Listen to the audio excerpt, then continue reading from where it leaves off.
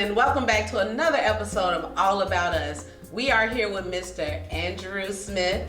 It's Pamela Houston here and Jessica Jones. Yes, guys, we're just gonna dive in and talk to this young man. He has a lot of things going on, a phenomenal background. Definitely, he's in the automotive industry, and I'm just gonna let him introduce himself to you guys. Like I said, my name is Andrew Smith. Of course, I'm in the automotive industry. And that's something that I had a passion about even as being a kid, and I just sought to pursue it on a professional level, and I just continued to run with it until I got everything that I felt that I needed in order to be what I need to be in the industry. Good. Guys, we are actually not going on script today because this story is unique to me. I think a lot of people don't understand or they kind of, want to get out into the entrepreneurial world, but because of fear, they don't move a certain way, or the insecurities that people have placed on them, they become stagnant. Or not even just that. A lot of times in our culture, you got to get a 9 to 5. That's how you're successful, getting a 9 to 5. You have to be able to fund your dream. Yes. But the unique thing about him, he comes from a small town in Mississippi. Oxford, Mississippi. A strong, strict background. Yes. So it took a lot for him to get started. So what was the beginning? Let's start from the beginning. How did you get started? Or where did this dream start from? The dream actually started from what was in my mind. And honestly, I've always been a big dreamer. I don't know why, but I just always been a big dreamer. Unfortunately, I didn't really have anybody I could pattern myself after. Of course, we already had family and friends, people that were around us. Some would have the business and stuff, but they never really told you how they actually got started or what they were actually doing to be in business. You just know they had this name, they got a business, and that was it. But I wanted to take it further than that. So how I got started is I went to school. I went to Nashville Auto Diesel College in Nashville, Tennessee. I got started because one thing I want to be is I want to be successful. And I know in order to be successful in this arena that you got to have proof that you can actually do what you're doing. Definitely. So once I did that, I started working for Lone Woods Ford Lincoln Mercury, which was an automotive company. And after I did that, they started training me. And so I got training. That's what I did. I got a lot of training. The things that I didn't know, I was like, no, I'm going to know because I want to be able to actually do my job effectively and be the best in the industry. And that's what I always wanted to be. How did, like you said, you had these dreams. So coming from a small town, right? All of us come from a small town. Sure. One thing is you can have this dream, but the people that's closest to you will tell you, no, this is stupid. How did you experience that? Did you overcome that? How did what happened in it? Yeah, I experienced it, but I think for the most part, from my strong background, I had a family that were very spiritual, but it was diverse, and I would say it's spiritual and diverse. But I had uncles that they did what I wanted to do. And so I saw them doing it, so I knew it was possible. And like I said, me as coming from a small town, even the color of my skin, I wasn't gonna let that stop me.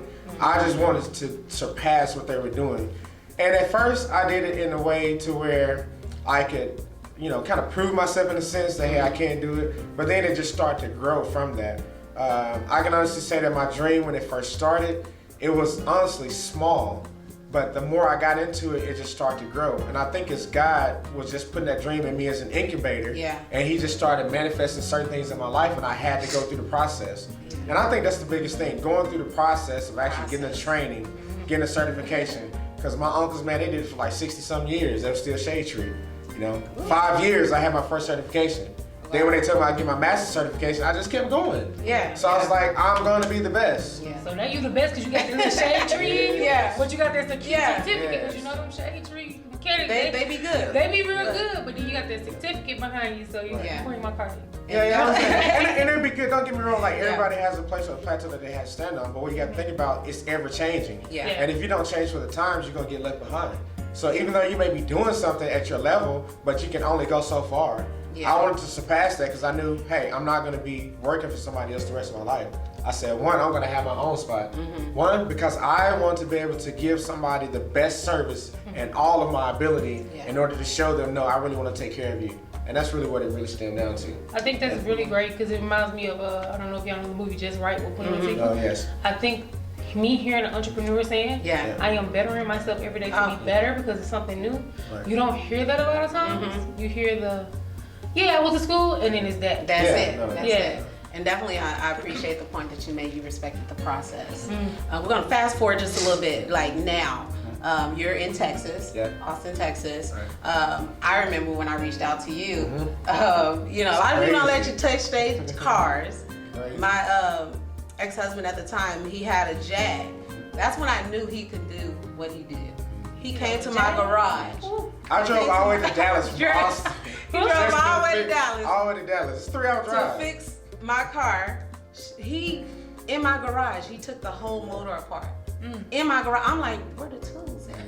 You know? So that's when I had to actually look at his business a little different. So the name of your business is? Quality Care Automotive. Quality Care Automotive. He's in Austin, Texas. Yeah, Austin, Texas. So when you first started this business, definitely. Soon to be everywhere. Well, we'll see. I've changed some things around. Like I said, I'm still growing. We speaking now. So okay. it might happen in 5 years, but we speaking now. So when you started this business, how many employees did you have at the time? It was just me. Believe it or not, it was just me. I did have a partner that kind of came on board once we got settled a little bit, but it was just me. And honestly, it was unexpected in a sense. I didn't know anybody in Austin. I got married, moved there, had started my family or whatever. And so everything was brand new. I literally, when you say start from scratch, I had to start from scratch. Even when I left Lone Lewis for Lincoln Mercury in Corinth, Mississippi, it's not like some of these jobs where you can just transfer all your time and stuff over. I ain't transfer nothing over. It was just you. It was just me. It was like, all right, here come my skills. And I'm gonna tell you, and let me backtrack just a little bit. When I got there, I couldn't even get a job for the first 6 months. With my criteria, because God, again, he started me in the process. Then I'm gonna say I didn't understand the process. But I knew what I wanted to be, and I just pushed myself to go to the next level. I did. What the next level is that I had to get out. I had to get out of my shell of my insecurities. I had to go out and start networking. Okay, I was real shy. I wasn't an impressionable person like that. But I went out to the neighborhoods. I made my own little flyers. I went out to the schools. I went to the apartments, companies. I was handing out flyers left and right, you know. And from that, my name started growing. So. It can be done. I'm just telling you, it can be done. So you said that networking part, it was crucial. It was very crucial. You didn't know anybody. No, I didn't know anybody. So it's like, how you gonna exist? Started from the bottom. I started from the bottom. I did, and I can literally say that. Now, I will say that I had people looking out for me, family, friends, people that I met. I did have people looking out for me. Some of them were there for season. Some of them were there just to get me started. You know, others were there just to give me that encouragement and motivation that I needed. So, did I do it by myself? I didn't do it by myself. And for the grace of God, that's why I'm here. How did, the thing that you just said was, you didn't understand the process at the beginning, but you understand it now. Being that you experienced it, do you still have fears where you're like, I heard God say that. I know I need to move, but I'm scared. Let me kind of backtrack a little bit. Well, you're going to always have a level of fear because fear is the thing that you don't know. So you can't see it, right? So anytime you can't see anything, there's always going to be a certain level of fear. But what I'm thankful for is, and I'm trying to just keep it on this plain level, what I'm thankful for is the faith that we have in order to move past our fear. So if we operate out of faith and not out of fear, there's certain things that you'll be able to see even when you can't see it. Like I'm here. I'm on a television show broadcast that I didn't even know I was going to be a part of. That part. It's the TV for me. I'm just saying, it's divine. Right now, like Quality Automotive, like where is the vision? What are you guys doing currently right now? And honestly, believe it or not, like I said again, I transitioned. 2017, I actually did renew my lease. I was getting ready to go in partnership and actually was going to do the franchise thing, right? Hey, start expanding, doing all this stuff. But God began to deal with me in a different manner, and so I just kind of had to shift gears. Now, I say that because I know he spoke to me. And when I didn't renew my lease, honestly, one, I thought I was just going to be a failure because I thought, man, people going to look at you like, oh, you can keep your doors. I thought that, again, fear. But I had to listen to God. And I'm going to tell you, because, we just, went through this pandemic. God was already preparing me for the pandemic. I didn't even know it. Doors got closed before the pandemic. And honestly, but the way he orchestrated it, I came out scotch-free. I came out with no debt. I came out with more money in my pocket than I had before.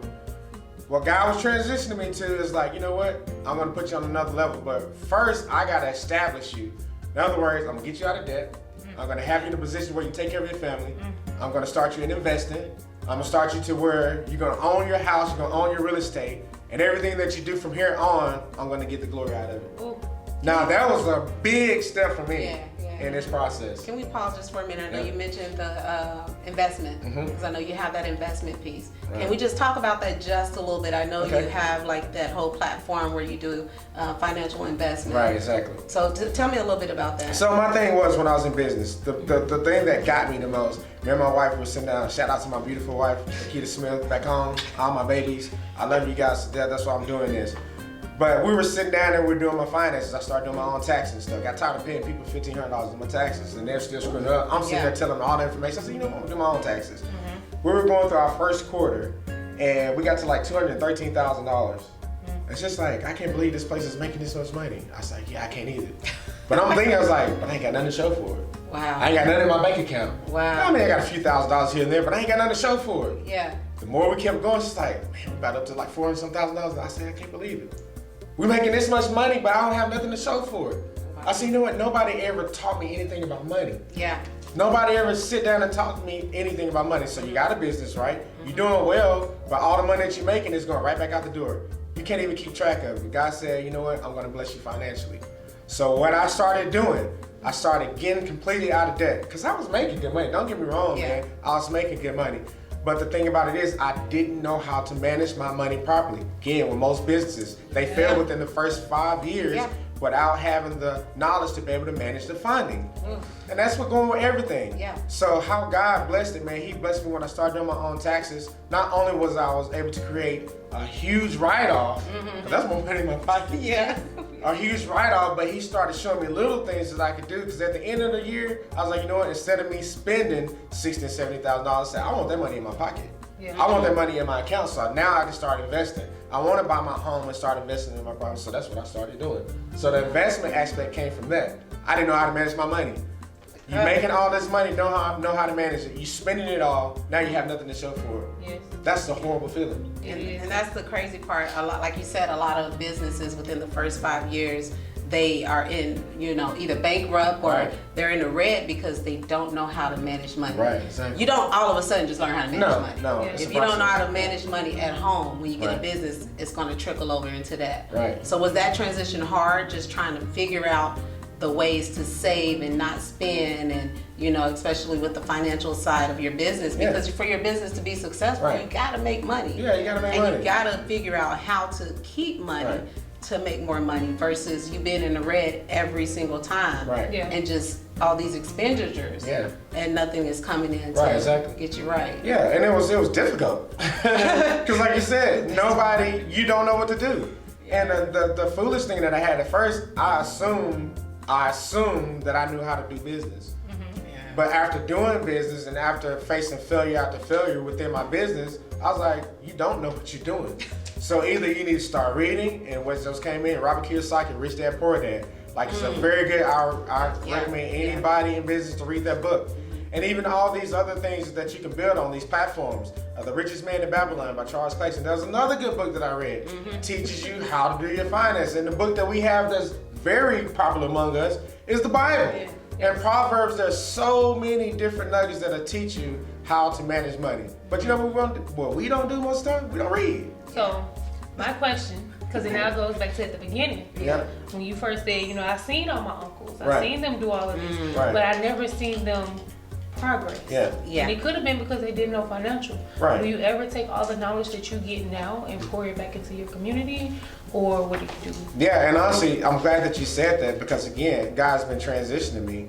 And so I kind of shifted gears from the business. I still do business, don't get me wrong. I got Quality Care Automotive Distributions, LLC right now. And I started that right in the midst of the pandemic, which anybody saying that if you don't have a business plan, nothing like that, or it's gonna start. I started off that business with just on paper in my computer in my garage. That business in the first quarter did $58,000 without me doing any type of work, because I set out my business plan. And it's all about what you get up here. So what I started doing, because I knew God, what I wanted personally for me and my family, I wanted to have more time with my family, with my daughters. I got young daughters, 11, 7, and 3. And I was spending more time in my business, away from my family, away from my wife, than I was with my family. I say, no, I can't do this. Let me do something that I can still hold this. So what God did, he put me in the school system. Now I'm teaching. I'm an automotive instructor at Pflugerville High School, and I'm a CTE coordinator to teach the same thing that I've been doing. You ain't even working no more. I ain't even working. I'm working, but it's a different type of work. It's a different type of work. Yeah. Because now, like, I'm at the level to where I can still connect with the young people. You know, and like they take whatever I say, like they can take it and run with it. I want them to, and I tell them all the time, I want them to do better than what I did. Yeah. And I'm giving them the information, and like you said, nobody wants to share information. I think we had the discussion before we got here. Nobody wants to share information. Yeah. No. It's what I can get. Yeah. It's what you can get, but at the same time, but this is flip side of that. I didn't know anything about finances, right? Not a clue about finances. I pretty much had to teach myself. That was me actually spending money, putting myself through my own university, spending money, making all these mistakes. My only benefit was that I was making enough money to where I can kind of cover the wounds. You know, put it kind of like a Band-Aid over an open flesh wound. I was just making enough money to where I could do that. I can make those mistakes that most people can't make. That was my only benefit. But when you get tired of losing money, you finally get to the point like either I'm gonna figure this out and do it the real way, or I'm just gonna keep doing what I'm doing. I didn't go out and I wasn't buying a lot of things or like trying to flaws. I didn't want to like live like the Joneses. I just wanted to take care of my family. So when I'm looking at the arena that I'm in now, all the information I have, and that's where God just had me, teach other people how to manage their money. Yeah. Teach people how to get out of debt. Because I realized when I'm out of debt, you don't have all this extra burden on you just to try to make a dollar. So now it's easier for me to do business. So my new company, it was easy for me to start my new company. I let it pay for itself, honestly. And I just started putting things in place to where I developed business credit. I have these vendors and stuff that I use to where it's building up the business credit. So now I'm letting my company borrow money in order to build the new company up. Oh, wow. Instead of me coming out of my pocket with my personal finances. Now you teaching. Man, I'm just saying. And You know? business credit is valuable in the business world. Because what they want you to do, they want you to put your social security number on the application when you're trying to get a business loan. Now everything that you do is tied to that. Now you gotta work because now you gotta pay off the loan, or else you're gonna lose your house, you're gonna lose your car, everything.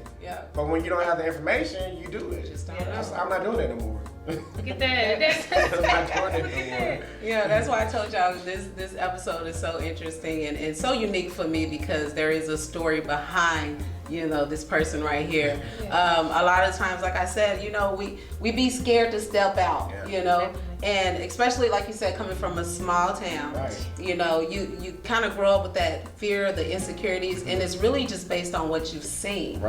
You really didn't see the fear, but you didn't see them move. You know, not that they were not successful in their own right in what they were doing, but it's like they were kind of, you know, pigeonholed, like stuck in this space. Sure. And when our vision is outside the space, you're like, am I really supposed to step out there? Do I stay where I'm at? Is it okay to just be a shade tree? You know what I'm saying? And that's what's so unique about you. You left Mississippi. You went to Texas. You know, now you're there. Not knowing nobody. Don't forget to not knowing anybody. That part. Double negative. I know you're a teacher. I know, right? Not knowing no one. So just stepping out like that. So what do you envision for yourself right now as far as like the teaching aspect? Because I know that has to be a big thing to, you know, speaking to young minds. The teaching aspect and as far as your business goes. Because you're on a whole nother level now. Completely different tax bracket. You know, it's a whole different ballgame. So where do you see yourself, like, if I say within the next year? We don't even have to go out 5 years. Within next year, what do you transitions be quick. They be quick though. Very quick. You be like, how can you? I know, and you know, you have to stay ready for it. You just have to stay alert. Within the next year, where do I see myself? And honestly, I got a 5-year plan, a 10-year plan. But within the next year, where I see myself, honestly, this platform right here, you guys are witnessing right now. This was divine intervention.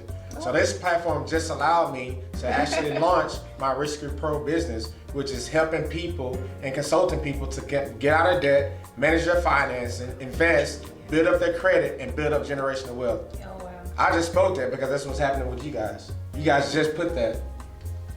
Air high five.